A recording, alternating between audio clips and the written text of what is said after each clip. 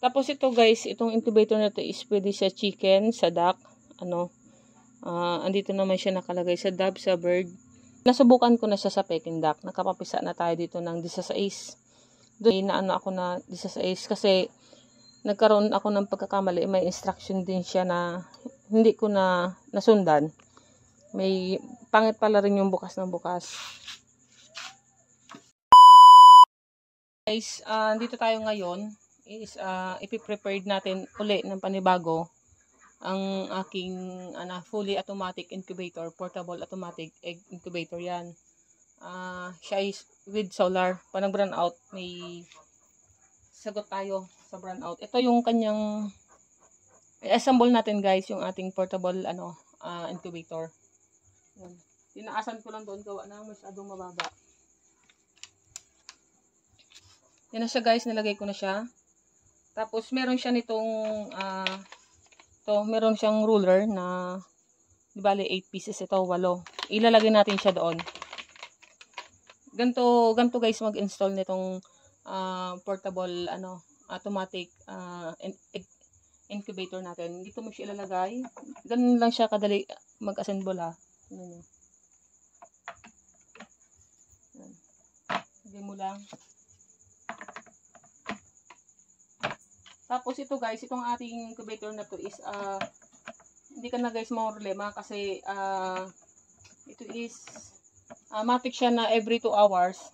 Hindi mo na kailangan, di ba? Sabi kailangan baliktaran yung itlog every kung 3 times a day or ano man. Itong incubator natin is every 2 hours is matic na siya na mag-iikot na siya guys. Hindi ka na kailangan mag-google ng oras. Automatic na siya na mag-iikot yung ating incubator. Pag nag-run out pati is, pwede mo na siyang gamitin sa solar. Pwede mo nang, hindi ka na mangangamba katulad dito sa amin. Wala sa oras, wala sa hulog ang run out dito. Tapos ito yung pinakatakip niya. Ito yung ating household intelligent incubator. Ito guys yung sa solar niya. 12 volts siya. Tapos yung ating temperature pala dito, yung is nakaset na yan. I-assemble mo lang, matic na siya.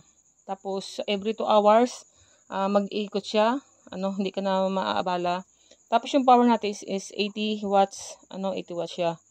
Frequency siya is 50 to 60. Tapos, yung sa voltage niya ay AC 2020 volts. Tapos, DC 12 volts. Ayan. Tapos, dito ang kuryente niya. Ito yung para sa solar panel niya. Ito yung i-connect mo. Isaksak mo lang siya dito. Tapos, negative positive lang sa battery. Yan. I-install na natin. Wait lang guys. Nalagay na guys natin yung ruler na 8 piraso. Ito nga pala guys yung incubator natin na portable, automatic. Is ang nalalam na itlog nito is 48 pieces. Yan. Ito i-assemble mo lang. Itong 4 na to, madali lang naman siya guys. Ilagay mo lang siya. Yan. Tapos, itaas mo lang ito. Baliktad yan. Yan. Yan na. Yan na yung setup niya. Yan. Labas muna natin. Tapos, ito guys, ito na yung takip. Yung takip. Ito, i-connect mo lang. I-connect mo lang siya dito. Ito, i-connect mo lang yan dito. Dahil ang ko ngayon guys is magsasalang tayo ng panibagong itlog. May ilan na kasi tayong napisa ng ating Peking duck. Isasalang natin ng panibago. 2 lang naman yung inahin ko na Peking duck. Ayun na siya guys. Okay na siya. Ganun siya kadali. Tapos ito yung saksakan natin sa kuryente. Ito yung cable natin. Saksak mo lang siya dito. Tapos, pag nasaksak mo na siya guys, syempre, saksak mo rin syempre sa kuryente. Yan. Ikot na natin para hindi naabala. Saksak mo lang. Yan. Pagkasaksak, matik na yan guys na mag-ano siya sa temperature niya. Yan, ito guys yung sa kuryente natin. Nakaset na matatanggap natin yan. Hintayin natin maging 37 siya. 37.988 yung temperature ng ating incubator. Painitin muna natin. Lalam na natin siya ng ilang pirasong itlog kasi dadalwa lang naman yung aking Peking duck. Is may naipon na tayong itlog niya, 6 yatang piraso. Pero lalaman na yan guys ng 48 pieces. 48 pieces na egg. Paanohin lang natin kasi siya. Kung in case nga na sinasabi ko kanina, mag-brown out siya, syempre gamitan mo na lang nito.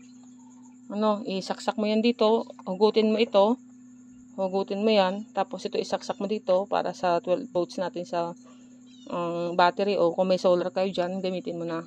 Kaya dito ko rin guys naisipan na ilagay siya kasi ito yung solar panel ko. Solar na na cassette. Kaya pag mainit, ginagamitan na natin ng battery. Kung biglang magka-brown out, may battery tayo, direct na siya sa init sa solar natin. Kung sa gabi biglang mag-brown out or may 4 na oras na mag-brown out, ito yung pang-antabay natin na battery na ginagamit natin para sa incubator natin na para hindi mabulok o masayang yung itlog na sinasalang natin sa incubator natin. Para yung gastos mo, malugi ka, nandyan. Siyempre, bibilhin mo rin ang lahat ng yan. Yan. Tingnan natin guys yung temperature niya ha. Tapos ito guys, itong incubator na ito is pwede sa chicken, sa duck, andito naman siya nakalagay sa dove, sa bird. Pero hoping nga guys na mangitlog na ngayon yung gansa ko. At magta-try tayo guys kung ano yung production na maganda na pipisa ba talaga yung itlog dito sa ating gansa. Nasubukan ko na siya sa Peking duck. Nakapapisa na tayo dito ng 16. May ako na 16 kasi nagkaroon ako ng pagkakamali. May instruction din siya na hindi ko na nasundan. May pangit pala rin yung bukas ng bukas. Tapos ngayon guys is may libre pa rin ito. Sabi is kailangan lagyan niya ng tubig kasi paano lalagyan siya ng tubig. Meron siya dito guys kasama 3. Tapos ito ay with hose na siya. Ito yung 3 natin. Ayan. Ito na yan. Dito mo naman siya guys ilalagay sa tagiliran nito. Yan. May bawas na. Ito yung tagiliran natin dito. I-connect mo siya dito. Atras lang natin. Ito. Connect mo lang siya dyan. Yan 3 na yan. May butas yan dito. Meron yan tubo. Yan. Tapos syempre, pag nakalatag na siya ng ganyan, ayan. Meron siya guys, ayan Ito yung 3 na yan. Ayan. Tapos, mag-prepared ka rin guys ng bote na panlagay mo ng tubig. Ang prepared ko kasi is yung malaki na kasi ito lang yung available ko na kumasya dito nung time na nagamit ko nung nakaraan. Nag-prepared ako ng 3 bottle. Ito. 3 para tigi-isa siya doon na nakalagay. May mga instruction yan guys, kung paano o dapat na ba siya lagyan ng tubig, yung ganon. So may gusto guys na nasa yellow basket lang natin yan. Hindi ka na mangangamba guys na yung kailangan ikot-ikutin mo siya. Yan ay kusa na. Kung sa bagay, automatic na siya guys na magro-rotate every 2 hours. Sa may mga katanungan, tanong lang kayo, basta sa experience ko, yun yung experience ko. Ayan na guys, yung tamang temperature. 37.8. Matik na yan guys. Nakaset up na yan pag dumating sa inyo. Yung na yan. Wala ka nang babaguhin dyan pag naisalang na yung itlog mo. Ngayon, isasalangan ko lang siya ng ilang pirasong itlog kasi yun pa lang yung meron tayo. Yan. Yan guys malaking tulong ito. Dual power supply design, no worries about power failure. Mag-brown out man, siyempre sasagutan ka ng solar na. Siyempre, prepared ka rin ng setup ng solar mo. Ayan, katulad din sa akin. Pero kung 12 hours, hindi talaga siya kayanin ng battery ko. Hoping na ma-upgrade natin yung battery natin. Pero doon sa 2, almost nag-brown out kasi dito sa amin ng halos maghapon. Brown out is 6 ng umaga. Nagkailo is alas 4 ng hapon. Diretso yun. Brown out talaga yun. Kaya nasubukan na natin siya. Kung saan ay may patunay na ako na ganun yung gamit niya. Ayan. So, no worries ka na kahit saan ka magpunta. Iwanan mo yan bago may solar ka lang na set up. Hindi ka na problema doon sa dapat daw ikutin. O yung itlog kada 3 times a day. Ito every 2 hours, matic na yan. Ayan guys, no. At abangan na lang ulit natin yung ating magiging mapisa dyan na itlog. Tapos ilalagay ko na ngayon dyan yung itlog natin na ilang piraso. Pero ito ilalaman ito guys ng 48 pieces na eggs. Ano, yan.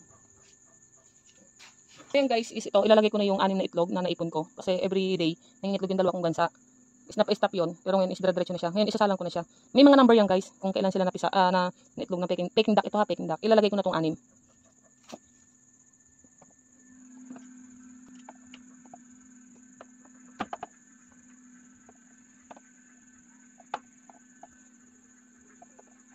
Ipagtatabi-tabi ko na lang siya para alam ko, ano, ayan. Ngayon is August 10, 2025. Ang oras natin na isinalang ito ay, yung oras ba? 8:38. August 10, 2025, 8:38 ng gabi. Natin isinalang yung 6 na itlog.